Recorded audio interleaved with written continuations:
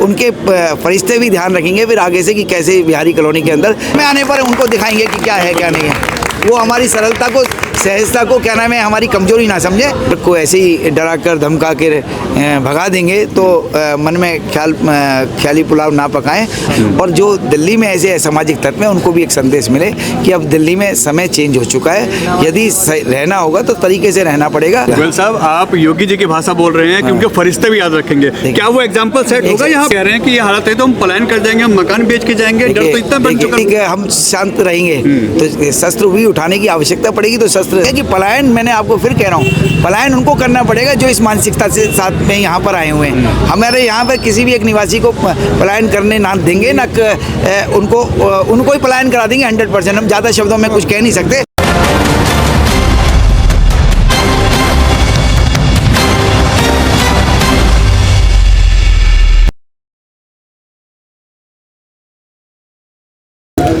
नमस्कार दोस्तों, मैं आपका दोस्त, आपका साथी चंद्रजीत शर्मा। कल यानी 27 तारीख की शाम को यहाँ पे एक वारदात होती है जिसमें एक लड़की के साथ छेड़खानी और पिछले कई दिनों से उसके ऊपर कमेंट, उसको छेड़ना ये लगातार चल रहा था।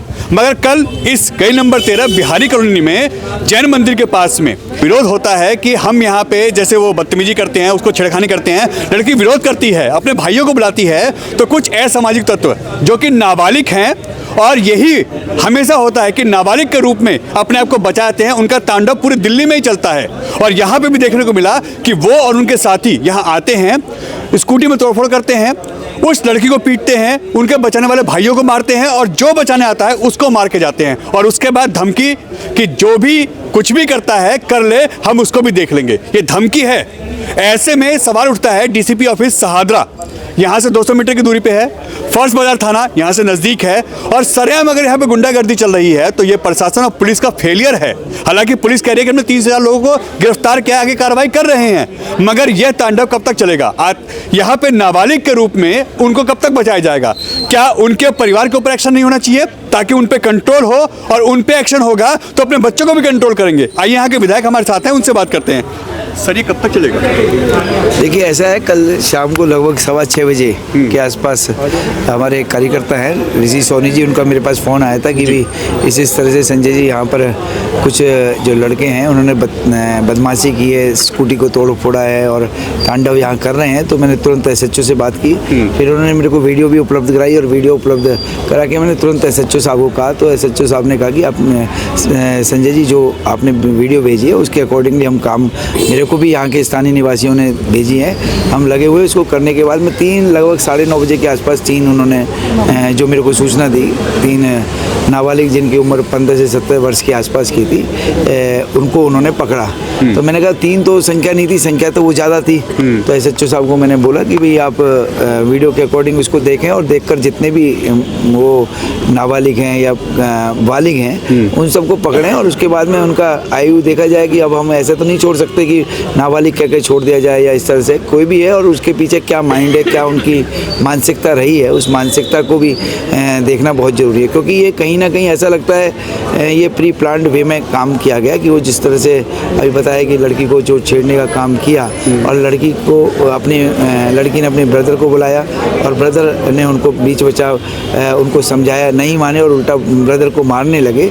ये बहुत बड़ी शर्मनाक बात है दिल्ली के लिए, और मैं समझता हूँ कि ऐसे लोगों को जो असामाजिक तत्व है 100% बिहाइंड द बार होने चाहिए, और उनको पता लगना चाहिए कि किस तरह से दिल्ली में यदि रहना होगा तो दिल्ली के कायने कानून में रहना पड़ेगा।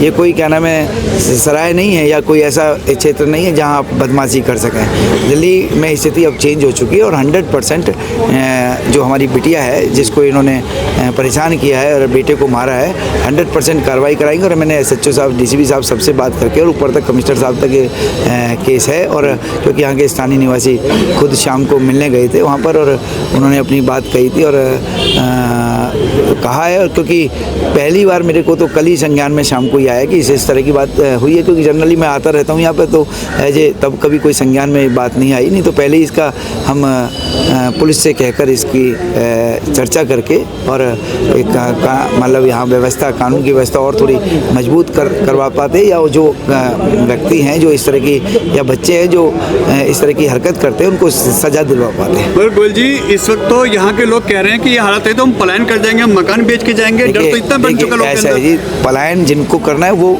जो हैं, जिन्होंने असामाजिक तत्व हैं उनको करना पड़ेगा। ये शाहदरा विधानसभा है, आपको बता दें। पलायन जो है ना, यहाँ से कोई जाने वाला नहीं है, और जो इस मानसिकता से यहाँ शाहदरा विधानसभा में या दिल्ली में रह रहे हैं, उनको यहाँ से जाना पड़ेगा।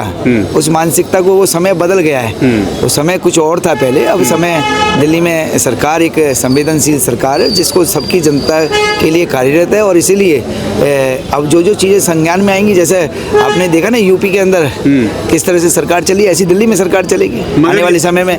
तो ये जैसे जैसे अब बातें हमारे को पता रखती जा रही है, वैसे वैसे हमारी सरकार कार्यवाही कर रही है, और अब देखिए तुरंत उनको पकड़कर जो भागे हैं उनके ऊपर भी कार्रवाई करना। और लगातार मेरी भी SHO साहब से आते हुए बात हुई थी, तो मैंने कहा जी जितने भी लोग इसमें वीडियो में आ रहे हैं 100% उनको पकड़िए और पकड़कर बिहाइंड द बार करिए। उनकी इस तरह से नहीं चलने वाला। शाहदरा और SHO साहब ने भी कहा, और अन्य अधिकारी भी नहीं चाहते कि इस तरह का आज एक बच्चे के साथ हुआ है। हर समय तो हर जगह पुलिस नहीं हो सकती, जब तक डर नहीं होगा प्रशासन का, कानून का डर नहीं होगा, तो कानून का डर तो दिखाना पड़ेगा ना।